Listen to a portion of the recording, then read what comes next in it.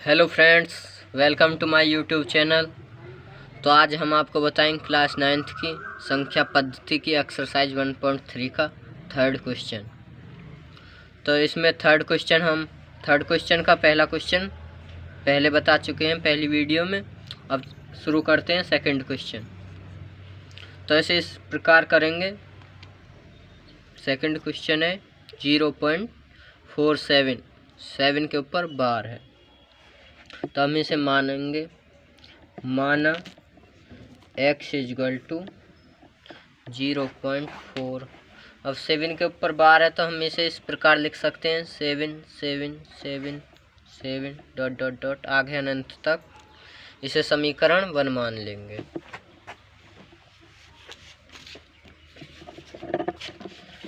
अब इसमें दोनों तरफ 10 से गुणा कर देंगे। दोनों तरफ 10 से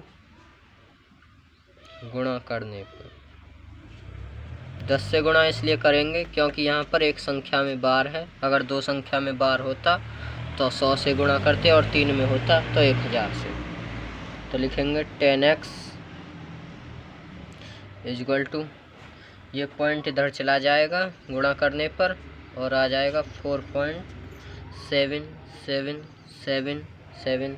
इसी प्रकार आता चला जाएगा। यह हो जाएगी हमारी समीकरण नंबर 2। अब समीकरण 2 में से समीकरण 1 को घटाने पर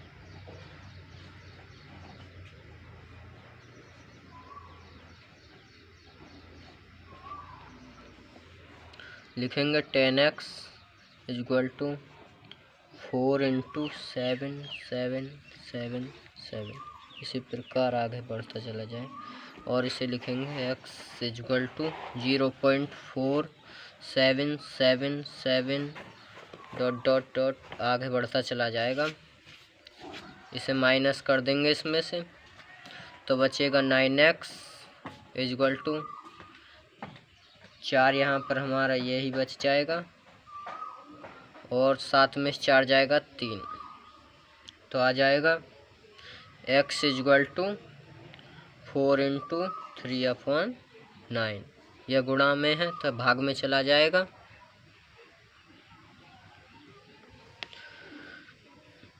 अब इसमें 10 से गुणा कर देंगे क्योंकि यह 4.3 बिंदु को हटाने के लिए, इसलिए 10 से गुणा कर देंगे। 10 से ऊपर 10 से नीचे, तो यह आ जाएगा 43/90।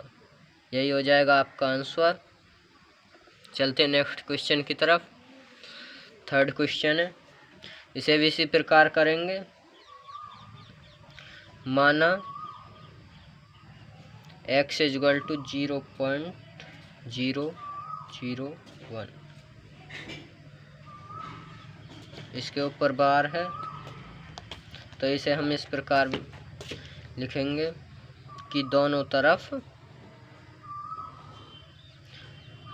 1000 से गुणा करने पर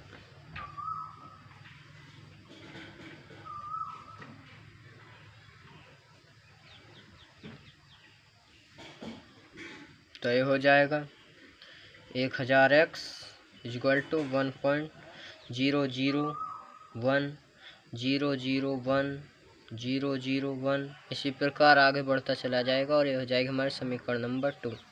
और इस बार को हम इस प्रकार लिख सकते हैं x इजगल टू 0.001001001, क्योंकि आपको पता होगा जिस संख्या पर बार हो मतलब आगे भी वही संख्या बार बार रिपीट होती चली जाएगी। तो ये समीकरण 1 होगी। अब लिखेंगे समीकरण 2 में से समीकरण 1 को घटाने पर समीकरण 1 को घटाने पर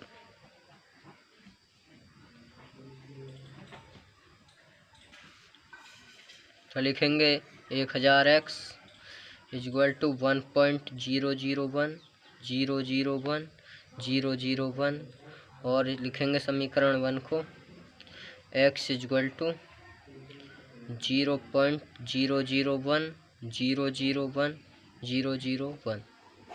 अब इसे माइनस कर देंगे तो 1000x में से x जाएगा तो आ जाएगा 999x इक्वल टू, ये सब संख्याएं आपस में घटकर शून्य हो जाएंगी और एक बचेगा, तो ये आ जाएगा आपका आंसर x इक्वल टू 1/999। यही हो जाएगा आपका आंसर। चलते हैं नेक्स्ट क्वेश्चन की तरफ।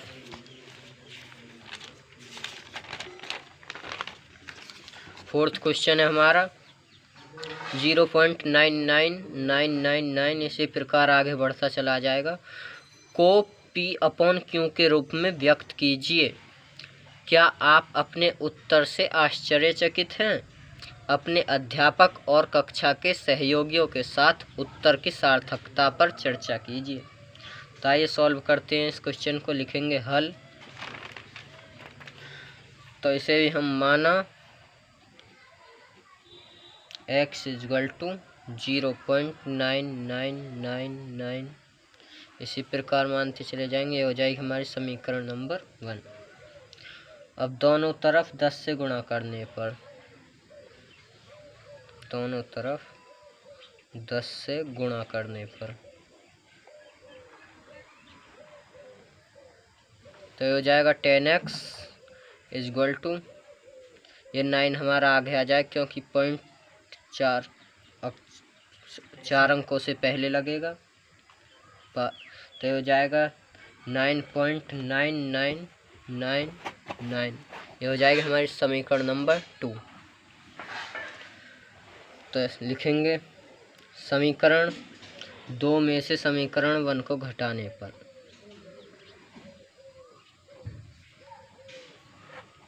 समीकरण 1 को घटाने पर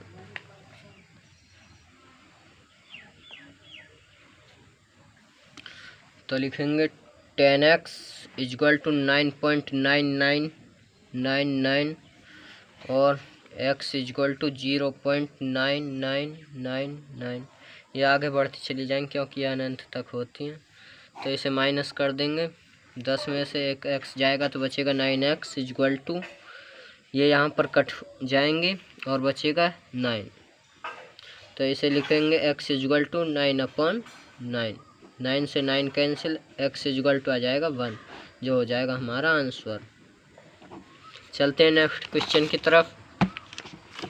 नेक्स्ट क्वेश्चन है 1/17 के दशमलव प्रसार में अंकों की पुनरावृत्ति खंड में अंकों की अधिकतम संख्या क्या हो सकती है? अपने उत्तर के लिए विभाजन क्रिया कीजिए। तो इसमें हमें 17 से भाग देना होगा 1 में।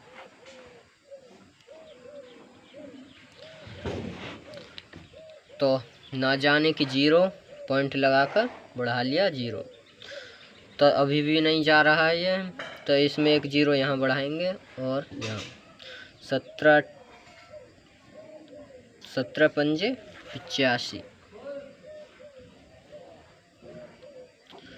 बचेगा 15, पॉइंट लगा हुआ है हमारा, उतार लेंगे 0। अब होता है 17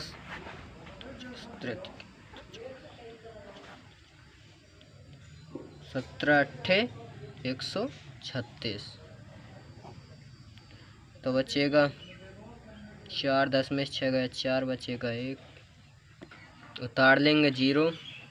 तो ये हो जाएगा 17 का 102, 17 सत्ते 119 और 17 8 136, बचेगा 4, पॉइंट लगा हुआ है, उतार लेंगे 0। 17 दूनी 34, बचेगा 6, उतार लेंगे 16, बचेगा, उतार लेंगे 0।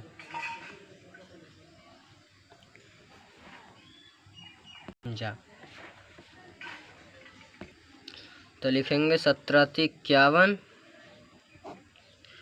बचेगा 9, पॉइंट लगा हुआ है, उतार लेंगे 0। 17 पंजे 85, बचेगा 5, उतार लेंगे 0। 17 दूनी 34, 10 में 4 जाएगा 6, 16 बचेगा, उतार लेंगे 0। तो 17 निम्मा 153, तो बचेगा 7, पॉइंट लगा हुआ है, उतार लेंगे 0। 17 पंजे 17 चौका 68, बचेगा 2, उतार लेंगे 0। 17 एकम 17, तो बचेगा 3, पॉइंट लगा हुआ है, उतार लेंगे 0। 17 एकम 17, बचेगा 10 में 7 गया 3, 13 बचेगा, पॉइंट लगा हुआ है, उतार लेंगे 0। 17 सत्ते 119, 119 और तो बचेगा 11, पॉइंट लगा हुआ है, उतार लेंगे 0। 17 छिक्का 102, बचेगा 8, पॉइंट लगा हुआ है, उतार लेंगे 0। 17 चौका 68, बचेगा 12, तो उतार लेंगे 0, पॉइंट लगा हुआ है, तो 17 सत्ते 119, तो यहाँ पर बचेगा एक बचेगा, तो ये हमें यहीं पर प्राप्त हो गया, यहाँ पर एक बचा था, इसलिए अब इन संख्याओं को जोड़ लेंगे। 1 2 3 4 5 6 7 8 9 10 11 12 13 14 15 16, तो ये हो जाएंगे 16 संख्याएं। तो अब लिखेंगे अतः हल करने पर हमें 16 अंकों बाद संख्याओं की पुनरावृत्ति प्राप्त होगी।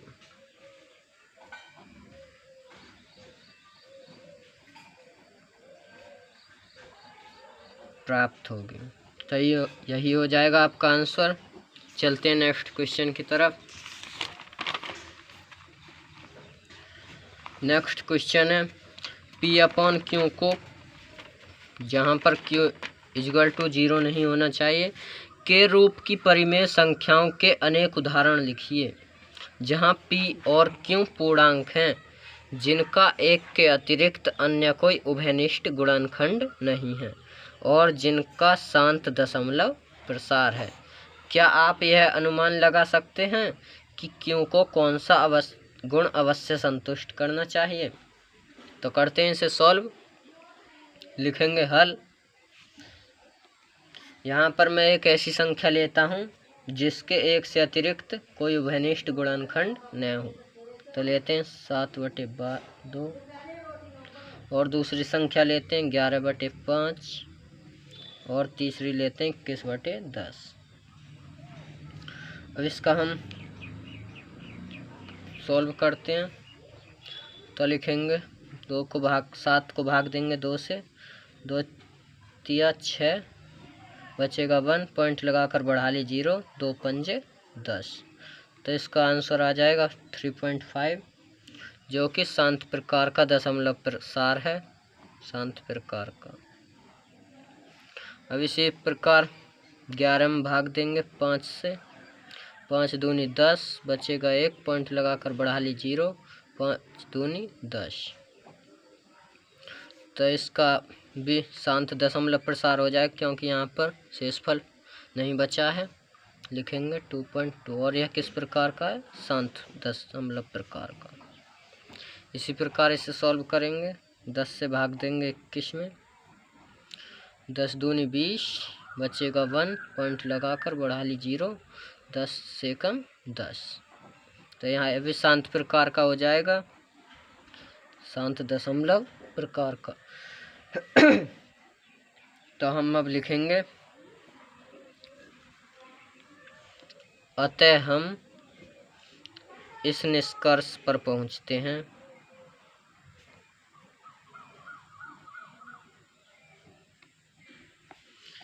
कि किसी परिमेय संख्या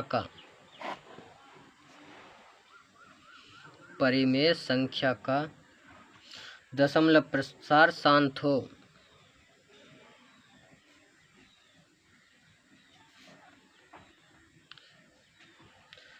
तो उनके हरों के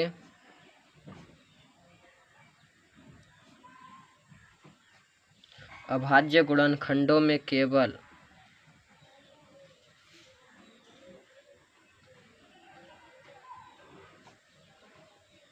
केवल 2 व 5 अथवा दोनों होते हैं। तो यही हो जाएगा आपका आंसर। चलते हैं नेक्स्ट क्वेश्चन की तरफ। ऐसी 3 संख्याओं के उदाहरण दीजिए जिनका दशमलव प्रसार अनवसानी आवृत्ति हो। तो इसमें ऐसी कोई भी संख्या ले लेंगे, मतलब कि जो बार बार रिपीट न हो अंक उसके पीछे के। जैसे ले लेंगे 0.20 200 2000 2000 ऐसी कोई भी संख्या। अब यहाँ पर देखिए, यहाँ पर 20 आ गया, यहाँ पर 200, यहाँ पर 2000। इसी प्रकार यहाँ पर मतलब ऐसी संख्या नहीं आनी चाहिए कि 20 आ गया फिर 20 फिर 20। अब दूसरी संख्या लेते हैं 0.121 112 131 1142। कोई भी संख्या ले लिए। अब तीसरी संख्या लेते हैं, इसमें भी ले लेंगे 0.102 03 04 50 60। ऐसी कोई भी संख्या, क्योंकि यह संख्या अनंत तक होती हैं। तो यही हो जाएगा आपका आंसर। चलते हैं नेक्स्ट क्वेश्चन की तरफ। परिमेय संख्याओं 5/7 और 9/11 के बीच की 3 अलग अलग अपरिमेय संख्याएं ज्ञात कीजिए। तो करते हैं इसे सॉल्व। लिखेंगे हल। पहले लिखेंगे 5/7 को, इसका भाग देंगे हम इसमें 7 से भाग 5 में। ना जाने की 0 पॉइंट लगाकर बढ़ा ली 0। 7 7 49 बचेगा 1 पॉइंट लगा हुआ उतार लेंगे 0। 7 एकम 7 3 बचेगा पॉइंट लगा हुआ उतार लेंगे 0। 7 चौक 28 बचेगा 2 पॉइंट लगा हुआ उतार लेंगे 0। 7 दूनी 14 बचेगा 6 पॉइंट लगा हुआ उतार लेंगे 0। 7 8 56 बचेगा 4 पॉइंट लगा हुआ है ताड़ लेंगे 0। 7 पन्ना 35 तो बचेगा 5। इसी प्रकार हमें 5 यहाँ से, जैसे यहाँ पर 5 था यहीं पर 5, इसका मतलब ये संख्याएं बार बार रिपीट होंगी। तो इसे लिख सकते हैं हम 0.714285। इनके ऊपर बार, मतलब यही संख्या आगे भी आती जाएंगी इसी प्रकार। अब लिखते हैं सेकंड को 9/11। इसे भी भाग देंगे 11 में, 11 से 9 में। तो ना जाने की 0 पॉइंट लगाकर बढ़ा ली 0। 11 8 88 बचेगा 2 पॉइंट लगा हुआ ताड़ लेंगे 0। 11 एकम 11। तो यहाँ पर भी हमें 9 प्राप्त हो गया जो पहले मौजूद था। तो इस पर इसे लिख सकते हैं 0.81। अब ऐसी 3 संख्याएं अपरिमेय संख्याएं ज्ञात करनी है हमें। तो इनके बीच की कोई भी संख्या लिख सकते हैं। जैसे पहली संख्या 0.720 7200 72000 कुछ भी आगे। और दूसरी संख्या भी इनके बीच की लेनी है 0.74 कुछ भी ले सकते हैं 372 144 8। और तीसरी भी इन्हीं के बीच की लिखेंगे 0.790 32 कुछ भी 85746 कुछ भी लिख सकते हैं। मतलब इन यहाँ पर मैच करता है 7.7 से फालतू नहीं हो और 7 से कम नहीं हो और 0.8 से फालतू नहीं हो। तो ये हो जाएगा आपका आंसर। चलते हैं नेक्स्ट क्वेश्चन की तरफ। बताइए कि निम्नलिखित संख्याओं में कौन सी संख्या परिमेय है तथा कौन सी अपरिमेय। तो पहली संख्या है √23। तो यह अभाज्य संख्या है, तो यह अपरिमेय तो होगी ही। तो लिख देंगे अपरिमेय। अब √25 इसका वर्ग होता है 15 जो कि एक परिमेय संख्या है। तो लिख देंगे यह परिमेय संख्या है। और यह आपको पता होगा कि शांत दशमलव प्रसार का है, मतलब इसके बाद कोई अन्य शब्द नहीं आएगा। तो यह भी परिमेय संख्या होती है, हमारी परिमेय संख्या होती है।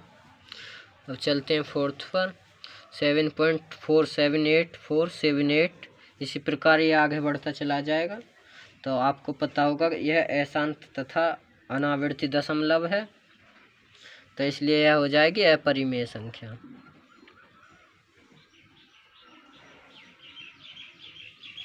चलते हैं फिफ्थ पे। 1.101001 इसी प्रकार आगे।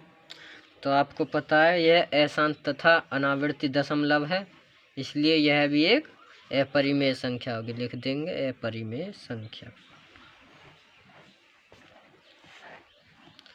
तो दोस्तों मिलते हैं नेक्स्ट वीडियो में।